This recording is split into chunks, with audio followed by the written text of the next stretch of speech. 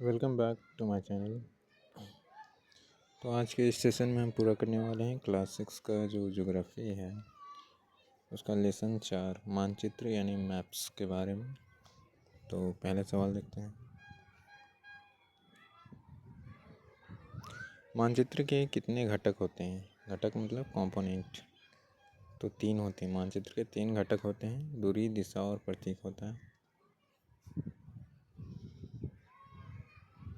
वृक्षों मतलब पेड़ पौधों के वितरण को दिखाने वाले मानचित्र को क्या कहते हैं? थीमेटिक मानचित्र उसको बोलते हैं। नीले रंग का इस्तेमाल किसे दिखाने के लिए किया जाता है? जलाशयों को, यानी पानी, महासागर, ये सब को दिखाने के लिए नीला रंग का इस्तेमाल करते हैं। दिक् सूचक यानी कंपास का उपयोग क्यों किया जाता है? तो जो भी मुख्य दिशाएं हैं उसका पता लगाने के लिए, यानी कि जो डायरेक्शन है, हम किस डायरेक्शन में जा रहे हैं उसका इस्तेमाल करने के लिए किया जाता है कंपास का यूज़। पैमाना यानी कि स्केल किसके लिए आवश्यक है? तो मानचित्र के लिए पैमाना जो है बहुत ही आवश्यक होता है। छोटे क्षेत्र को बड़े पैमाने पर खींचा गया रेखा चित्र क्या कहलाता है? तो एक छोटा सा एरिया है उसको बड़ा पैमाना पे, बड़े स्केल में अगर हम कोई चित्र खींचते हैं तो उसको खाका बोलते हैं। अगला सवाल है, राज्यों, नगरों और शहरों और गांवों की सीमाओं को दिखाने वाले मानचित्र को क्या कहते हैं? यानी कि जो बॉर्डर होते हैं, चाहे वो राज्य के बीच हो, देश के बीच हो, नगर के बीच हो, शहर के बीच हो, है ना, तो उसको राजनीतिक मानचित्र कहते हैं। जो बॉर्डर वाला होगा वो राजनीतिक कहलाएगा। मानचित्र में ऊपर की ओर कौन सी दिशा होती है? जो ऊपर तरफ होती है वो नॉर्थ होती है, यानी उत्तर, जबकि नीचे दक्षिण होता है, यानी कि साउथ। मुख्य दिशाओं जैसे उत्तर, पूरब, उत्तर हो गया, दक्षिण हो गया, पूरब हो गया, पश्चिम हो गया, इसको क्या कहा जाता है? तो इसको प्रधान दिग्ध बिंदु कहते हैं। भौतिक मानचित्र में किसे शामिल किया जाता है?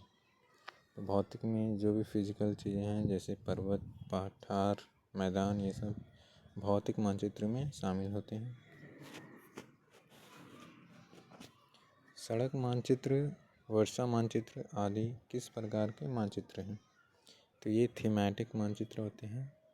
सड़क का, वर्षा का, ये सब का जो मैप होता है वो थीमेटिक होता है। मानचित्र पर भूरा रंग यानी ब्राउन कलर क्या दर्शाता है? तो मैप में ब्राउन कलर जो होता है वो पर्वतों को दिखाने के लिए, यानी कि पहाड़ों को दिखाने के लिए यूज़ किया जाता है। मानचित्र की तुलना में ग्लोब की क्या सीमा है, क्या लिमिटेशन होते हैं ग्लोब का, उसके बारे में।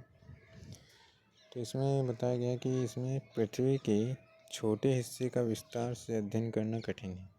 यानी अगर कोई छोटा एरिया है ग्लोब में और उसको हम विस्तार से समझना चाहेंगे तो हमारे लिए बहुत ही कठिन होगा, जबकि मैप में पूरा डिटेल रहता है कोई भी लोकेशन का।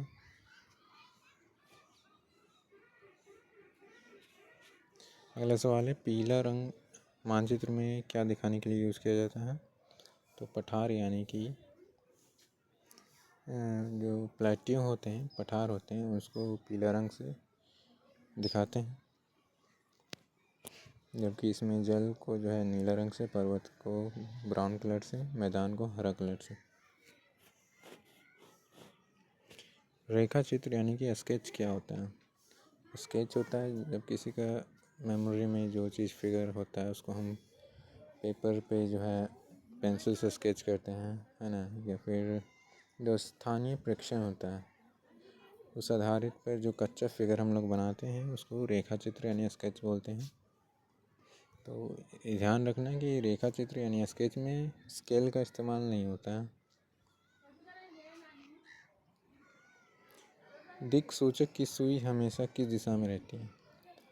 तो दिक् सूचक, जिसको हम लोग कंपास भी बोलते हैं, उसका जो सुई होता है वो उत्तर और दक्षिण में होता है।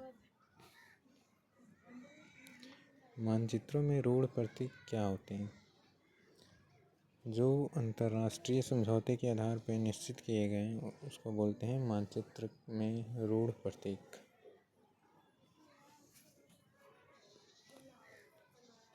मैदानों को दर्शाने के लिए किस रंग का उपयोग करते हैं? हरा रंग का करते हैं। पीला रंग पर्वतों के लिए, नीला रंग जलाशय के लिए, भूरा रंग पहाड़ों के लिए।